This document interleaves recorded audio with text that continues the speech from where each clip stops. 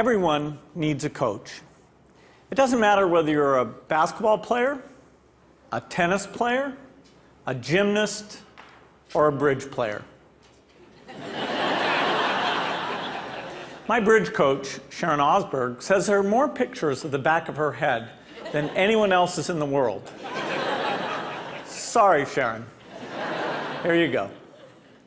We all need people who will give us feedback. That's how we improve. Unfortunately, there's one group of people who get almost no systematic feedback to help them do their jobs better. And these people have one of the most important jobs in the world. I'm talking about teachers. When Melinda and I learned how little useful feedback most teachers get, we were blown away. Until recently, over 98% of teachers just got one word of feedback: satisfactory. If all my bridge coach ever told me was that I was satisfactory, I would have no hope of ever getting better. How would I know who was the best?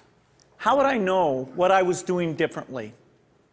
Today, districts are revamping the way they evaluate teachers, but we still give them almost no feedback that actually helps them improve their practice.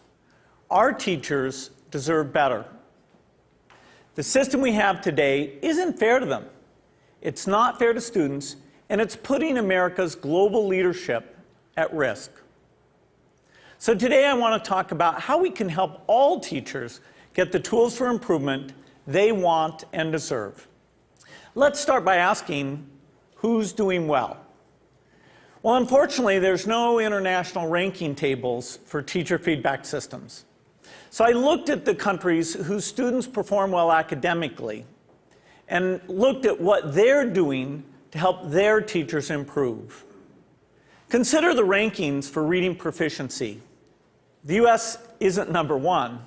We're not even in the top 10. We're tied for 15th with Iceland and Poland. Now, out of all the places that do better than the US in reading, how many of them have a formal system for helping teachers improve? 11 out of 14. The US is tied for 15th in reading, but we're 23rd in science and 31st in math. So there's really only one area where we're near the top, and that's in failing to give our teachers the help they need to develop their skills. Let's look at the best academic performer, the province of Shanghai, China. Now, they rank #1 across the board in reading, math, and science.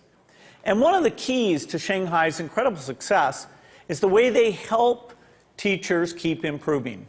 They make sure that younger teachers get a chance to watch master teachers at work. They have weekly study groups where teachers get together and talk about what's working. They even require each teacher to observe and give feedback to their colleagues. You might ask, why is a system like this so important? It's because there's so much variation in the teaching profession. Some teachers are far more effective than others. In fact, there are teachers throughout the country who are helping their students make extraordinary gains. If today's average teacher could become as good as those teachers, our students would be blowing away the rest of the world. So we need a system that helps all our teachers be as good as the best. What would that system look like? Well, to find out, our foundation has been working with 3,000 teachers in districts across the country on a project called Measures of Effective Teaching. We had observers watch videos of teachers in the classroom and rate how they did on a range of practices. For example, did they ask their students challenging questions? Did they find multiple ways to explain an idea? We also had students fill out surveys with questions like, does your teacher know when the class understands a lesson? Do you learn to correct your mistakes? And what we found is very exciting. First, the teachers who did well on these observations had far better student outcomes. So it tells us we're asking the right questions.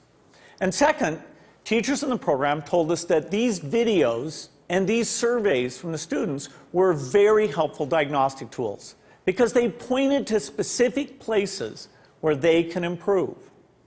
I'm going to show you what this video component of MET looks like in action. Good morning, everybody. Let's talk about what's going on today. To get started, we're doing a peer review day, okay, a peer review day. And our goal by the end of class is for you to be able to determine whether or not you have moves to prove in your essays. My name is Sarah Brown-Westling. I am a high school English teacher at Johnston High School in Johnston, Iowa. Turn to somebody next to you. Tell them what you think I mean when I talk about moves to prove. I think that there is a difference for teachers between the abstract of how we see our practice and then the concrete reality of it. Okay, so I would like you to please bring up your papers. I think what video offers for us is a certain degree of reality. You can't really dispute what you see on the video.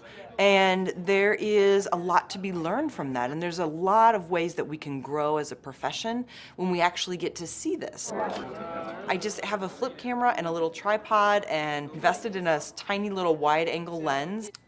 At the beginning of class, I just perch it in the back of the classroom. It's not a perfect shot. It doesn't catch every little thing that's going on, but I can hear the sound, I can see a lot, and I'm able to learn a lot from it. So it really has been a simple but powerful tool in my own reflection. All right, let's take a look at the long one first, okay? Once I'm finished taping, then I put it in my computer, and then I'll scan it and, take a peek at it. If I don't write things down, I don't remember them. So having the notes is part of my thinking process, and I discover what I'm seeing as I'm writing.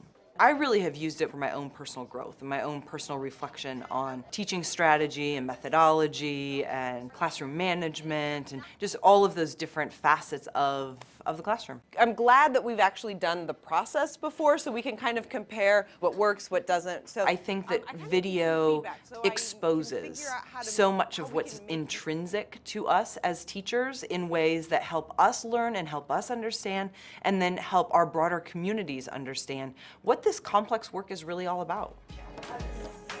I think it is a way to exemplify and illustrate things that we cannot convey in a lesson plan, things you cannot convey in a standard, things that you cannot even sometimes convey in a book of pedagogy. All righty, everybody, have a great weekend. I'll see you later.